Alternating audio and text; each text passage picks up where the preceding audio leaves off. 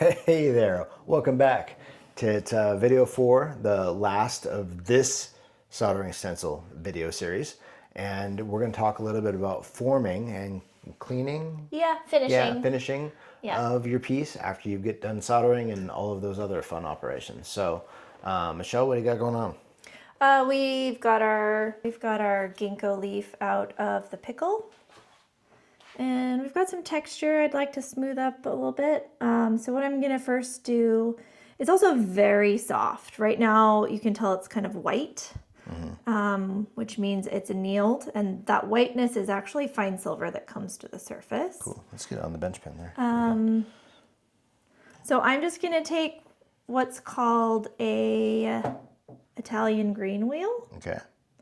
I got these through Auto Fry, but really like any of your kind of all-purpose, there's lots of different ones, sort of like a medium to fine grit.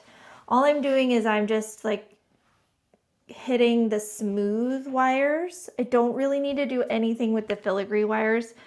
The biggest mistake people make when it comes to finishing filigree is doing too much. Okay.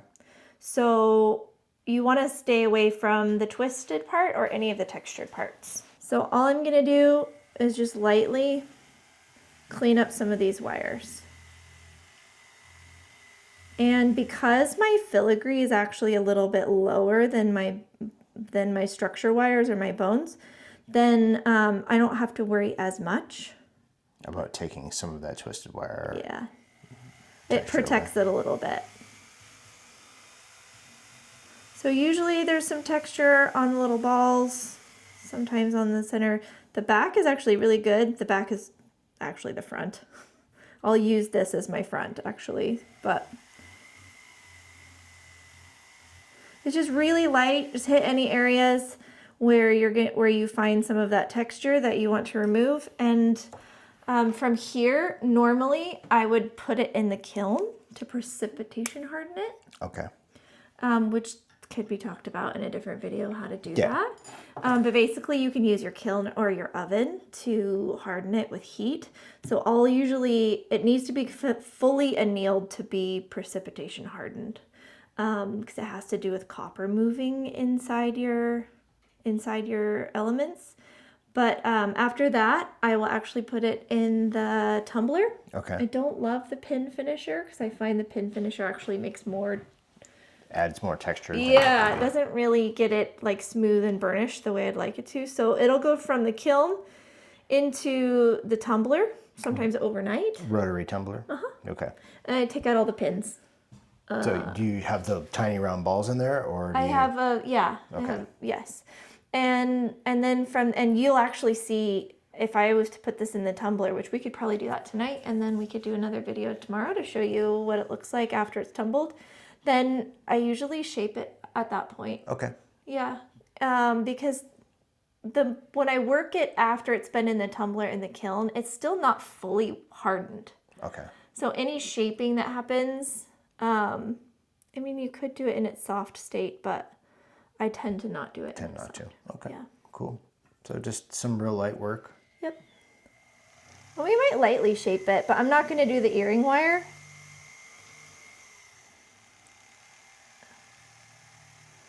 Probably could use my optivisors. Or your new microscope. I wasn't going to say that. And make sure this guy right here. Sometimes too, here's a pro tip for you. When you're finishing, close your eyes and feel your piece with just your fingers. Okay. And sometimes that can help identify if there's like a burr or something catching. I do that a lot. Yeah.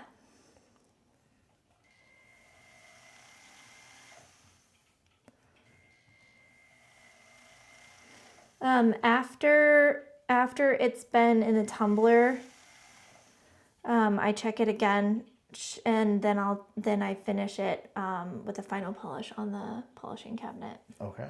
Yeah. So, and I'm usually using I don't use Luxie Blue because it'll take off too much, but I use like a final polish on the polishing cabinet, because if I do like a triple E on the polishing cabinet, it'll like take my texture away. texture Yeah. right off. It's too aggressive.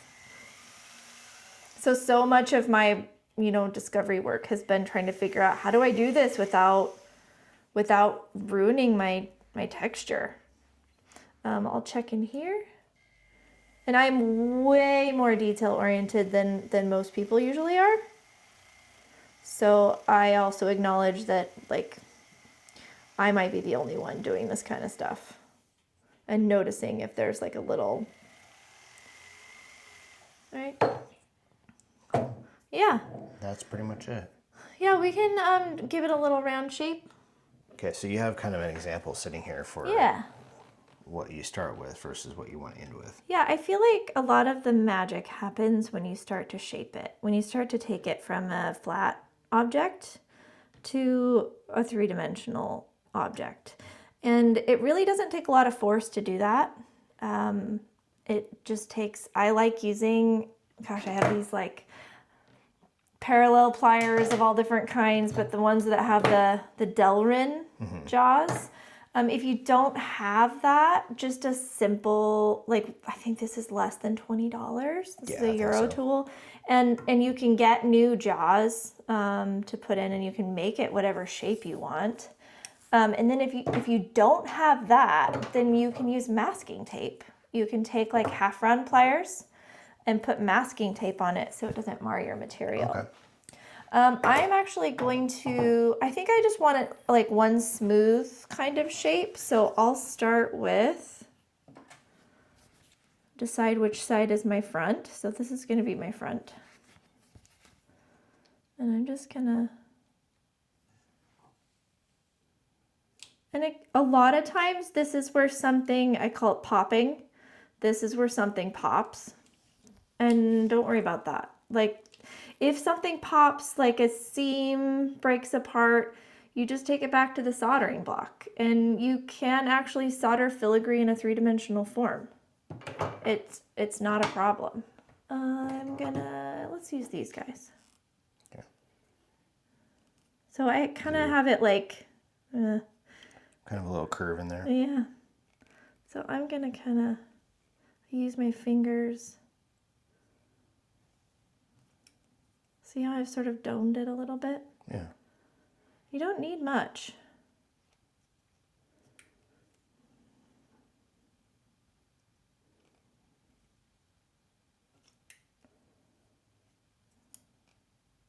If you don't have this, you could use some leather and maybe some wood. You could use some wood. You can stack several pieces of leather on top of each other to create a more softer... You can take, like you could take the handle of something and put it in a vise and use it as your dome. I have this really great hammer that I love, which I'm not sure they're even making these anymore. Yeah, NC Black sells those. I just bought one from Andrea not long ago.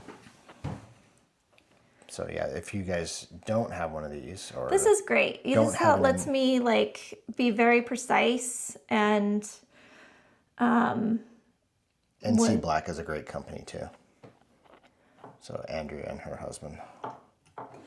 I'm going to. Will you hand me the tape? Yeah.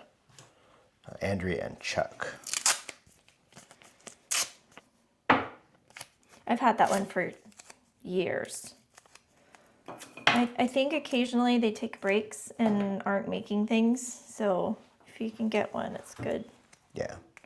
She's also selling off a bunch of stuff from an estate that was stuff that she made and was able to get back from an artist that unfortunately passed away. So she's been selling that artist's NC Black and Hammer estate on her website as well. So I've just put like 5 or 6 layers of masking tape on the backs of these. This is a half round with the flat part. Okay. I tend to push my stuff probably farther than it wants to go. You learn by experience how far you can push it. But I think when you start to shape filigree, that's where it just becomes so beautiful. Yeah. Nice. Yeah, doesn't take much. Sweet. I might just...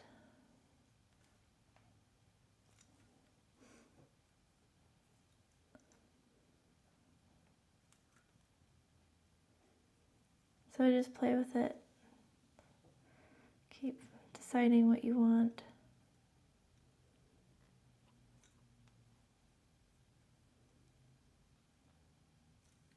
It's like lace. Love it. Cool. There you go. Forming filigree. That's it. Okay, so forming filigree, not super difficult. There are obviously some techniques for wanting to make sure your pieces are supported. Being gentle with them, just kind of pushing it a little bit here and there. And obviously, like Michelle said, if you do pop a piece loose, you can resolder it. It's not that big a deal. Nope. So if there are questions, make sure you drop those down below, and Michelle and I can do our best to answer them. I'm sitting here getting distracted. When I say Michelle and I will do our best, I mean Michelle will do her best because she'll be the one answering the questions. So I'm the also next, not really on YouTube that much yet, no, so I'll just let her know, and then she'll send me the or question. come find me on Instagram. Yeah.